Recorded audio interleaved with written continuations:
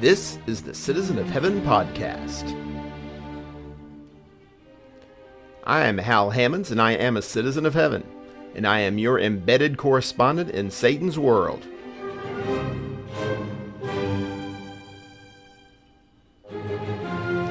I bring you this message of hope today from Pensacola, Florida. This is report number 8, dated May 28th in the year of our Lord 2019. For this very special episode of Citizen of Heaven, I was able to sit down with my brother, Paul Hammons, who preaches the gospel in Kimberly, Alabama. He discussed the work he has been doing recently in the Lord. Here is the synopsis.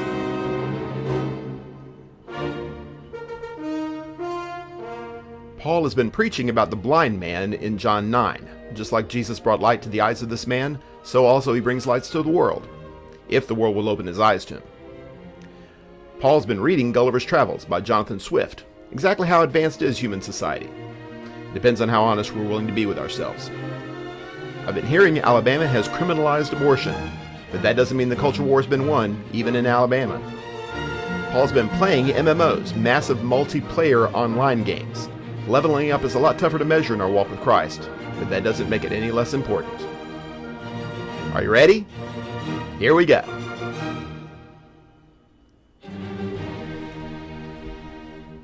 This is what Paul's been preaching. You know, there's some sermons that you give that are good and we get through them, and then there's some that really are inspirational in a lot of ways, and you kind of feel inspired even more. And I think this one was one of those. We did a lesson on John 9, that Jesus healing the blind man. And, you know, as you've studied John, and your viewers, I know a lot of have studied John, you know that John doesn't include anything by accident. And so you start to see the way that he places certain events and certain miracles and certain discourses all for the purpose of the themes that he has created in this book. First of all, he doesn't even ask this person anything. There's no dialogue between this man at all. He just sees him, his disciples ask who sinned, and all of a sudden Jesus is healing him. And he doesn't actually heal him. He sends him off, which again is unique. There's no other examples that I can find where Jesus does not heal someone on the spot when they are being healed. He puts the clay on his eyes and says, "Go wash in the pool of Siloam and you will be healed." And so there's a lot of things that are very different about this miracle, and it's the only blind man that is healed in the entire book of John. And it becomes pretty obvious as you read it that what's going on in chapter 9, not only with the healing, but with the subsequent cross-examination that this man has to go through by the Pharisees, who cannot accept that Jesus has done what they claim he has done. It's a reflection of what's been going on in chapter 8 and the discourse that that Jesus has with the Pharisees, which starts off after the woman caught in adultery, where he says, "I am the light of the world." Right. When he comes to the man that is blind, he says, "While it is yet day, we need to do the works that God has sent us to do. As long as I am in this world, I am the light of the world." Mm-hmm. And then he heals this person. Right. He gives him sight in a literal way. And then we get to watch this whole idea of light and darkness as the Pharisees grow increasingly, I think you could say, unreasonable in their objections, and going on to the point where they've actually now they take a blind man who doesn't know anything much about Jesus at all, other than that he will acknowledge that he's a prophet. Well, half of Jerusalem believed he was a prophet. Right. That's not unusual. They've taken this man from acknowledging that to, by the end of it, saying if this man were not of God, he could have done nothing. He is of God. He is who he says he is. And all of that because their own darkness, their own intransigence has become so obvious in the face of the light of the truth, which, of course, is exactly what John was trying to write about from the beginning. Sure, absolutely. Intransigence, by the way, that's a Hammons family word. Yes. We use these words sometimes.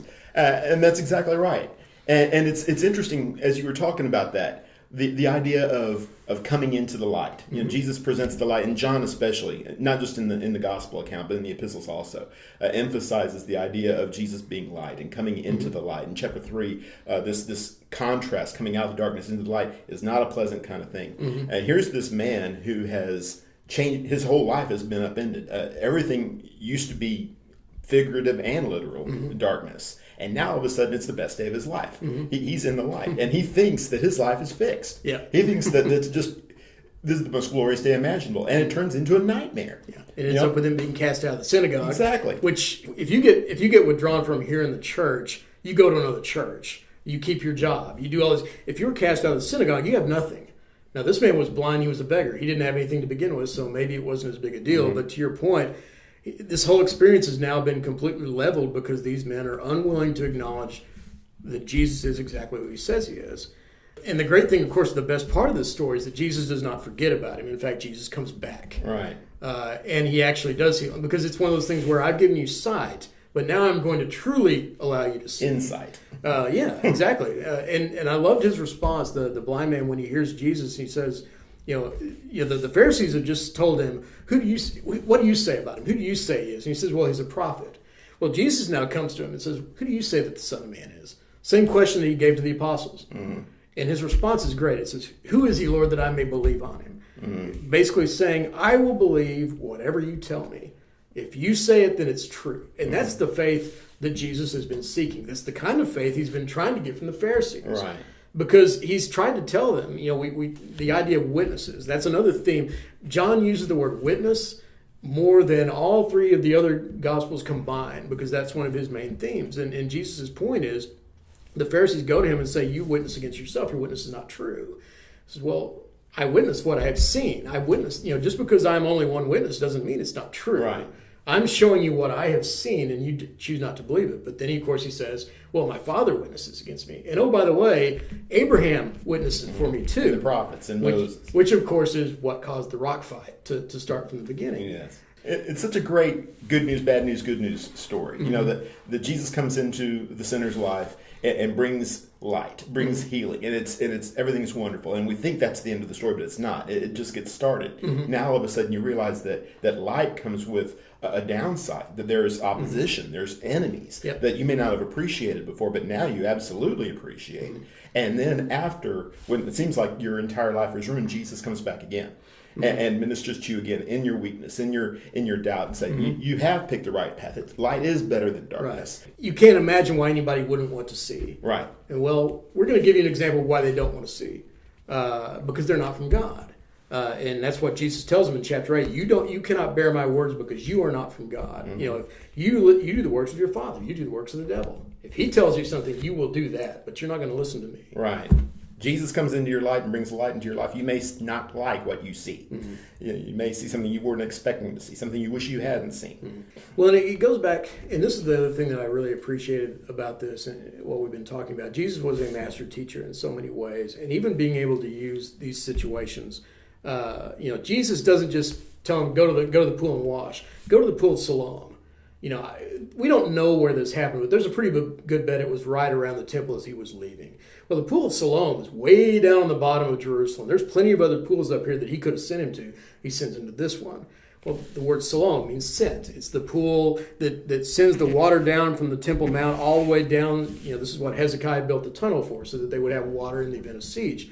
It came to symbolize God's blessings flowing out of the mountain for the people. And Isaiah, they're rebuked in Isaiah chapter 8 for saying, because you have turned your back on the waters of Siloam, the peaceful waters here, and have gone after Remaliah and Rezin and these other kings out here, I'm going to bring these curses upon you. And so it's just another example of God sending his son into the world to minister to you, to show you the truth, to show you the light, and you don't want anything to do with it. It's just amazing how all these things all come together in one act. That's right. So that's what Paul's been preaching.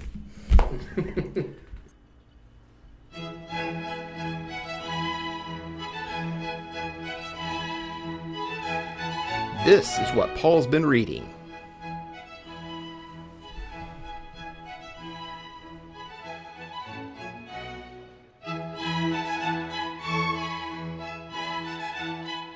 Most people's experience with Jonathan Swift and Gulliver's Travels is it's the children's story about the big guy and the little people, and that's part of it.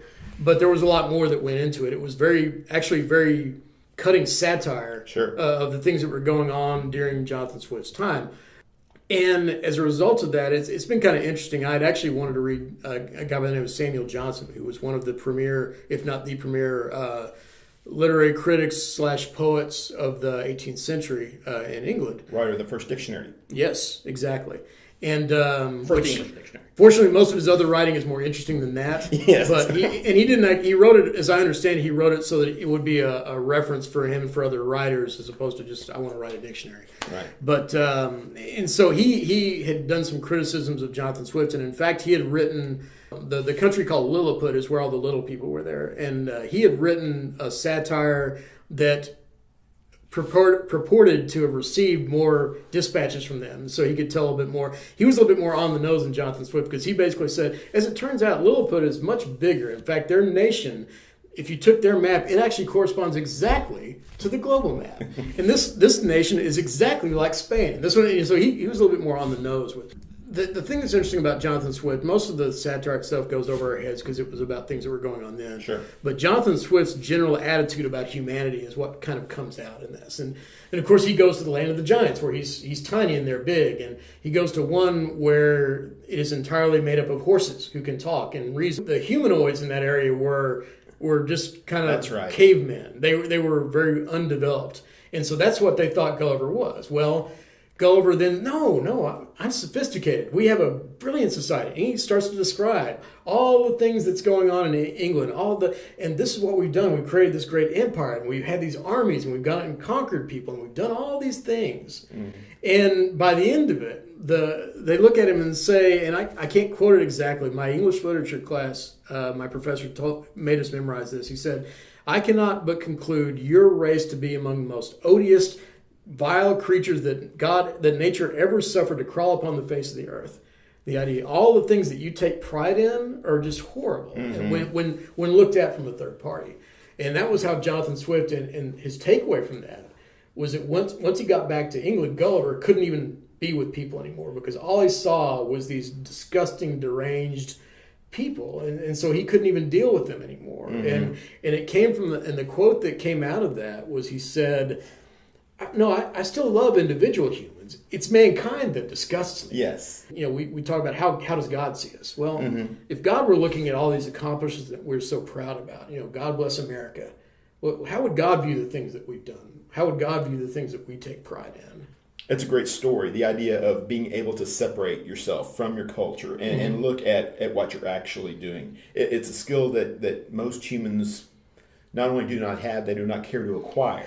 Yeah, or and we can go to the other extreme too. We can judge it so harshly by saying it, so that when we do that, we can kind of remove ourselves and say, well, I'm not with them. Right. I am kind of a separate party. And you see a lot of people that will do this too. They will go to the other extreme, which is to judge incredibly harshly all the things that have happened in this nation and what our culture is about. And it's almost more from a sense of guilt that I don't want to be associated with Sure. this, but I want to at least prove that I didn't approve of any of this. Mm-hmm. All of sin and fallen short of the glory of God. Humanity is corrupt. Humanity. Well, Jonathan Swift didn't say that. Well, the Apostle Paul said that. Well, yeah. It's like what Jonathan Swift said, yes. which is what I was trying to say. Yes. But the idea that humanity is corrupt. We've been corrupted by sin. But that doesn't change the love that we have for the individual. And that doesn't change the fact that of this corrupt humanity, good people can be brought out and good people can be shown the light, as we already talked about. Instead of getting so caught up in how horrible our society is or how wonderful our society mm-hmm. is, instead, let's just kind of dial it back. What am I doing? Yeah. What's my neighbor doing? Well, and we have an instinctive desire to be associated with something larger than ourselves. Sure. And so we associate ourselves with America or whatever our country is. And so, like it or not, if we're a part of that, we take it personally when people say, well, America is this or America is that, because we feel like we belong to that, like it or not. And I think the problem that a lot of our Christians have is that our allegiance, it's not our allegiance, it's not even a conscious thing, but we see ourselves as Americans who are Christians. Right. Rather than Christians who also happen to be Americans. And not to put too fine a point on it, but the whole concept of the podcast here is being a citizen of heaven. Exactly. This is where our allegiance ultimately lies, and we happen to be an American in the 21st century, of such and such socioeconomic background, living in Pensacola, Florida, or whatever. Yeah. But that's all secondary. Mm-hmm. Some of that's going to change. Some of that may change. Some of it will certainly change. The one thing that can't change, the one thing that doesn't, is that we're still under God's Son. We're still serving the King of Kings. Yeah, and when Paul writes about the idea there's no more Jew nor Greek nor bond nor free, all are one in Christ, the idea is that we're taking our culture, whatever that culture was, and we're leaving it at the door when we put on Christ. Now, a lot of times what we'll do is we'll say, yeah, everybody needs to conform themselves to the Christian culture, and the Christian culture just happens to be the way that we do things here. And that can be a really hard, and frankly, one of the reasons why we divide as much as we do, because we haven't been able to separate what I believe and what I value and what my culture brings in, as opposed to what does the Bible say, and what does God want me to conform myself to. That's right. So it's not about becoming more like the Lilliputians or less like the Yahoos or whatever. It's about Jesus. Yeah. And each one of us individually, and as much as we can, bringing people along with us, striving toward his ideals. And while I don't think that was Jonathan Swift's point, it's our point. So no, not his point at all.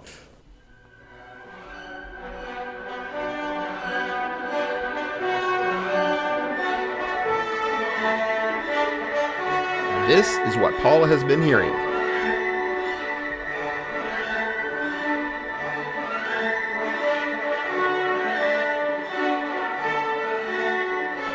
Else has been watching the people on the pro-life side that have really started to divide up into two sections. One of which is that this is what we need. This law is exactly what needs to be done. Bravo for finally standing up and doing what's right, protecting all unborn lives, even those born out of rape and incest. This is the right thing to do. And then you've got another group here that says, well, hold on a second. We've got a chance to put together a law that will stand up, that will accomplish almost all of those things, but without compromise, we're sacrificing the support of a lot of people out there that would be sympathetic to this cause. Now this is going to go to the Supreme Court. It very possibly will be overturned. Which way are we going to go? And so it's been really interesting to see the arguments that have gone back and forth from that. And of course, both of these have driven the pro-choice side even farther over, which has been amazing to hear some of the things that are coming out of that. And I don't even know if we need to even talk about that.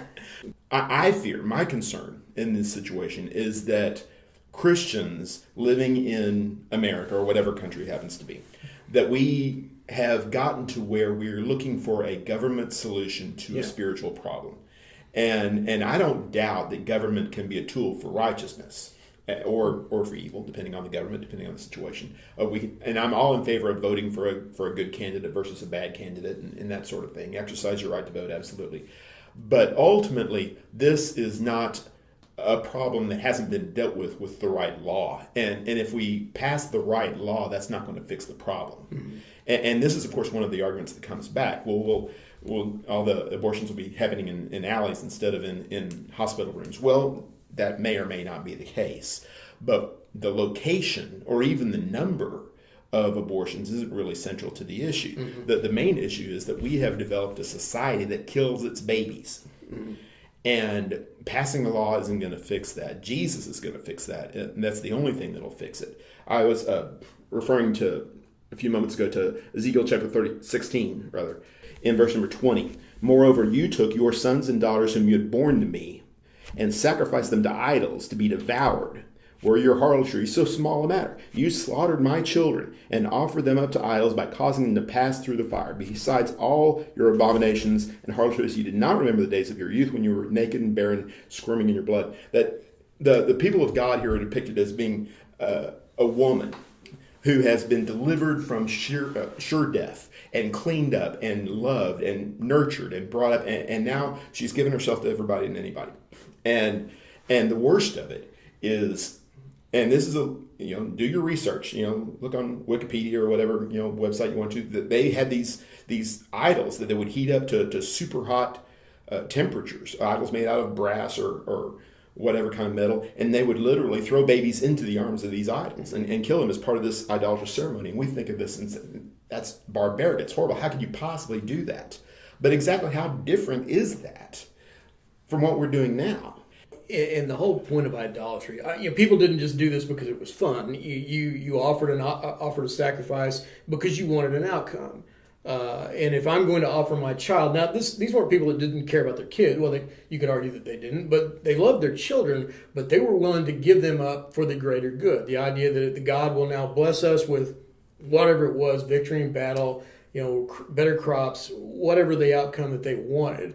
Well, and it's essentially exactly what abortion is. It's the idea that I'm going to sacrifice the life of this child for the purpose of a better life down the road. There is a very real sense in which this is an opportunity, like so many others that come up. And I was preaching about this the other day. The idea of life teaching us lessons. And one of the most important lessons that life teaches, that God teaches us through life, is the consequences that come with mistakes. And sometimes removing the consequences from the mistake just emboldens us to make more and bigger mistakes.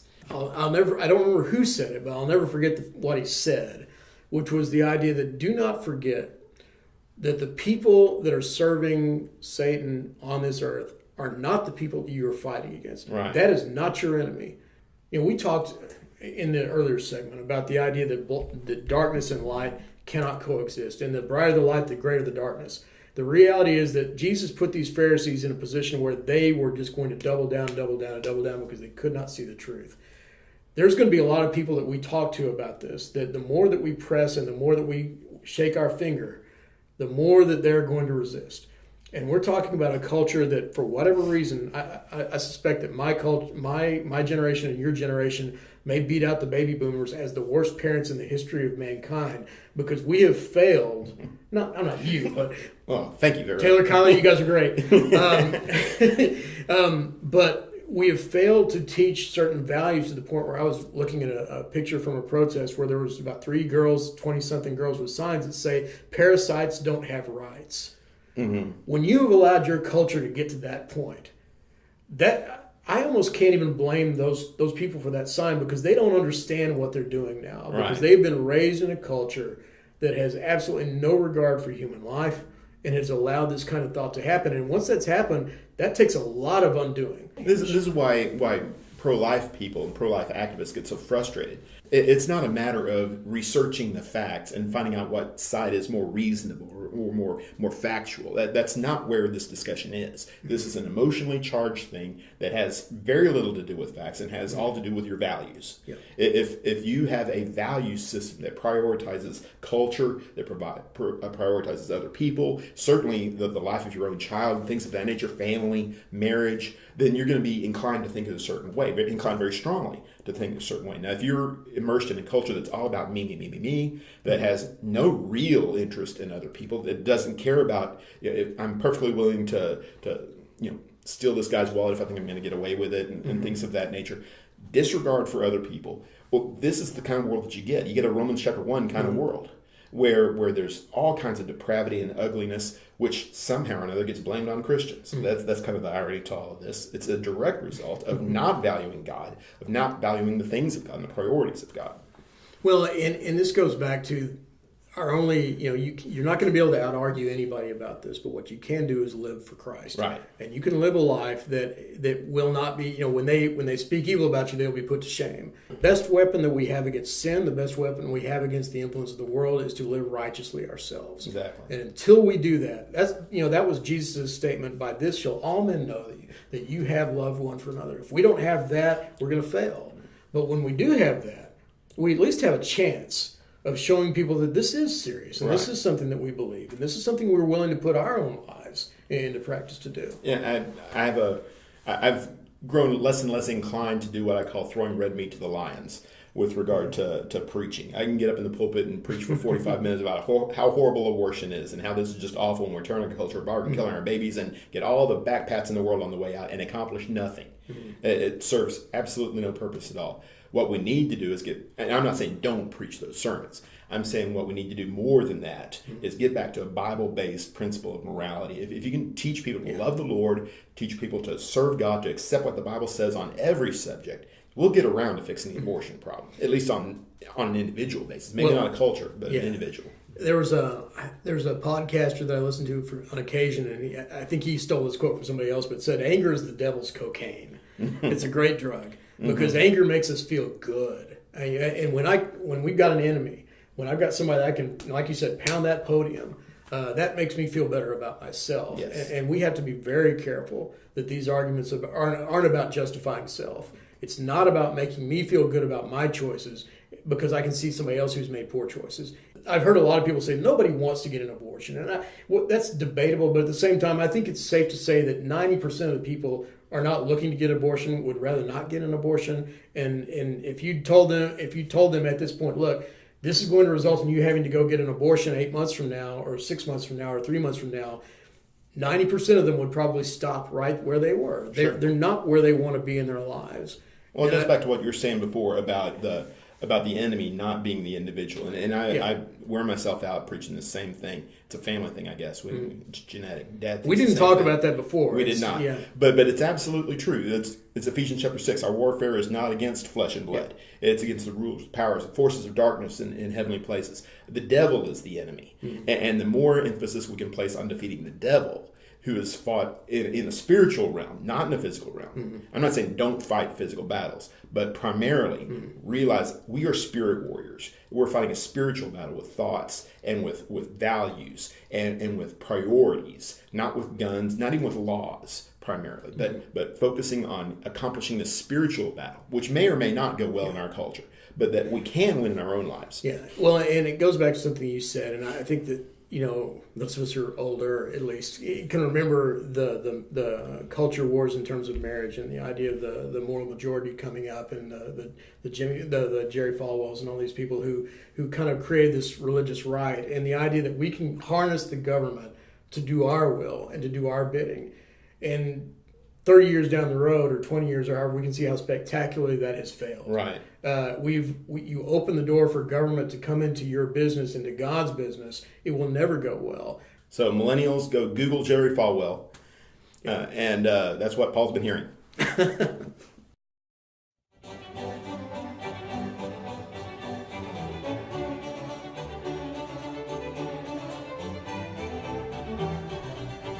This is what Paul has been playing.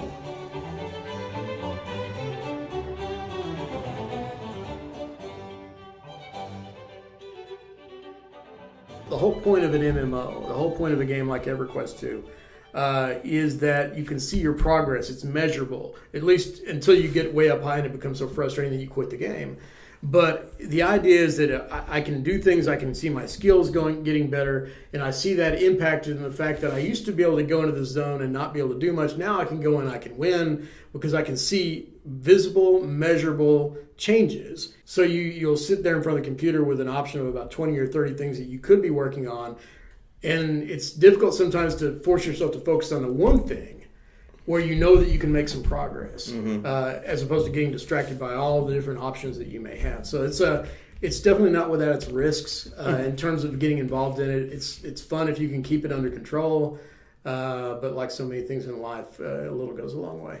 Well, and that goes for any kind of human endeavor probably, but the idea of leveling and giving yourself a score, a number that you're going to where you can compare yourself to somebody else, for instance. That's kind of an exciting thing. It's measurable. Yeah. Your ordinary life in your Office X and Club Y or whatever, your accomplishments, unless you're getting trophies or things like that, are usually unclear. It is undefined. And what happens, especially in the work environment, man, you just solved a really difficult problem. And you look around and go, did anybody see that? Did anybody see what I just did? And you want to do like in an MMO where the fireworks go off and the big and the bong and you see the big letters you have just leveled and now everybody in the chat columns sees you and says congrats and everybody's happy for you and you wish you could do that in real life. You're walking down the street, you see the bum, or the panhandler or whoever, and you throw $1 in his hat, and you've just leveled as a human being. That's right. And now everybody on the sidewalk applauds you and says, "What a great job!" And you're a better human being than you were 5 seconds ago before you put the $1 in the hat. You're a level 27 humanitarian now. That's exactly right. Excellent. Mm-hmm. It's kind of a shame, I suppose, but at the same time, do we really want to be comparing ourselves with each other like that? When I was just thinking about what it would be like if we leveled up in Jesus in that way. Mm-hmm. If somehow or another our score was in captions that followed us around everywhere when we went to church services or whatever. And this is where I am. And if I can just lead singing 2 more times, or if I can read, one more minor prophet, then I'll, skip to the next level. And everybody else will be so jealous and they'll be so happy for me. And that's not the way that it works, of course. Well, but sometimes we think that's how it works. And that's actually, I'm glad you brought that up, because I think that's a valid point. I may look at myself and say, I'm only a level 20. Revelation is a level 40 book. I don't have any business being in there. That's right. And visiting the sick or teaching someone about the Bible, that's for people that are level 50 or level 60, and that's not really where I am. And we have a tendency to limit ourselves from that standpoint. And we see ourselves as, I'm only an entry level. I really need to level up, as you say, to where I'm going to be ready for that. But it's hard. When are you ready? You don't know. And the answer, of course, is that you're never really ready. You just have to go and do what you need to do. And lots of times we're almost deliberately underachieving because we think it gives us an out. We don't have to go evangelize. We don't have to teach somebody else or whatever because I'm not there yet. Well, why aren't you there yet? Because I haven't studied the Bible as much. Well, why don't you study your Bible? Oh, I'm not very good at studying the Bible. And it just becomes this vicious cycle, just feeds itself. Well, and it goes back to the concept of leveling, that if I study, I can spend a year studying the Bible. Well, am I better at Bible studying now than I was a year ago? Well, I may be. I should be, but I don't know. And it's very difficult to measure your progress and your growth as a Christian. And I think sometimes that's what can be very frustrating for people in general. Am I a better, we talk about this. Are you thinking about your growth as an individual, as a Christian, in terms of that? Am I better, am I closer to God today than I was last year or 5 years ago? And what's the answer? How do you answer that question? And it's not as easy as it sounds. No. And I think that can be very frustrating for people when they don't feel like they see growth and they just kind of give up. Well, and maybe if we have this general notion that's not completely unfounded, but this confidence. I've been serving God for 30 years now. I've been serving God for 20 years now, and I feel closer to God. I pray more often. I worship more regularly. There's not a number that I can attach to it, but I have this sense that's really almost undeniable, that I'm at a better place now than I was before. And maybe I don't need a number on that. Maybe I don't need to measure whether the last 5 years was better than the 5 years before that. As long as we're deliberately trying to move forward, we're trying to grow, then the growth will happen. Well, and it's like in 2 Peter 1 where he talks about, giving all diligence to add to your faith. And, and he goes on and looks at all these things as for if these qualities are in you and are abounding. Those are things that we can see, but it requires, and this is why the Bible over and over tells us to examine ourselves. Right. And we have to be able to do it with the honesty that says, I think I am better, but on the same time, I don't think my patience is really where it ought to be, because I can look back and see where I failed here. So we can actually become very granular in how we work on those things if we're willing to put the energy into it. And when the answer is no, when we find out that, honest with myself, I'm not growing like I ought to, that's okay. And that's not acceptable. But if you've identified that, and if you commit yourself to doing better in the future, we serve a forgiving God. We serve a merciful God who's willing and patient with us, that he wants to work with us. He wants us to develop. It's not about getting to the finish line faster than anybody else. It's not about reaching level 100 or level 1,000.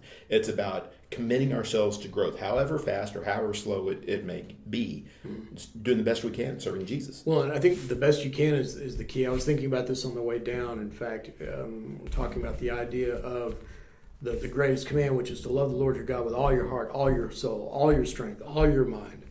The idea that Jesus calls us to give all those things to him. And when we look at grace, a lot of times what we do is, the grace of God, the reason for that is now I can keep some of that. God doesn't worry if I don't give, I can give 75% to God and keep 25% for myself because God is gracious and God will allow that. Well, that's not how grace works. No. But what grace does work is that if I'm intending to give everything to God, and I fail, which is what's going to happen because nobody is able to do that. But if I'm trying to do that, God sees that.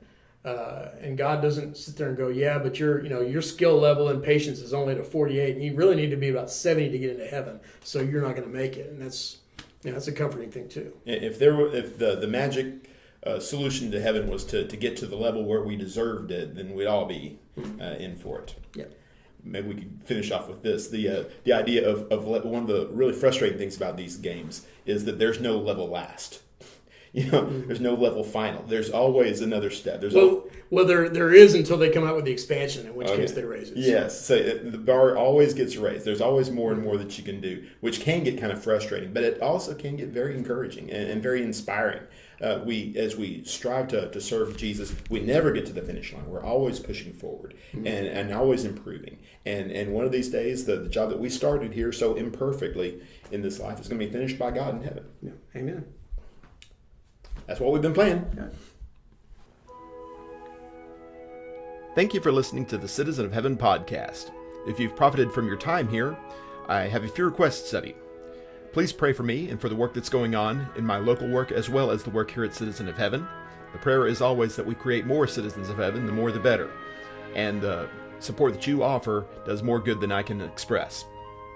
Please subscribe to the podcast through iTunes, Spotify, and other subscriber sources, and give a rating if you're able to do so. A higher rating, obviously, would be better. Please don't hesitate to share, especially on social media, through YouTube, Facebook, Instagram, whatever other social media you may have. And while you're on social media, don't hesitate to look me up and correspond with me. I'm always glad to hear from the listeners. Until then, be strong in the Lord, fight the good fight of faith, and do all things in the name of the Lord Jesus Christ. This is Hal Hammons, Citizen of Heaven, signing off.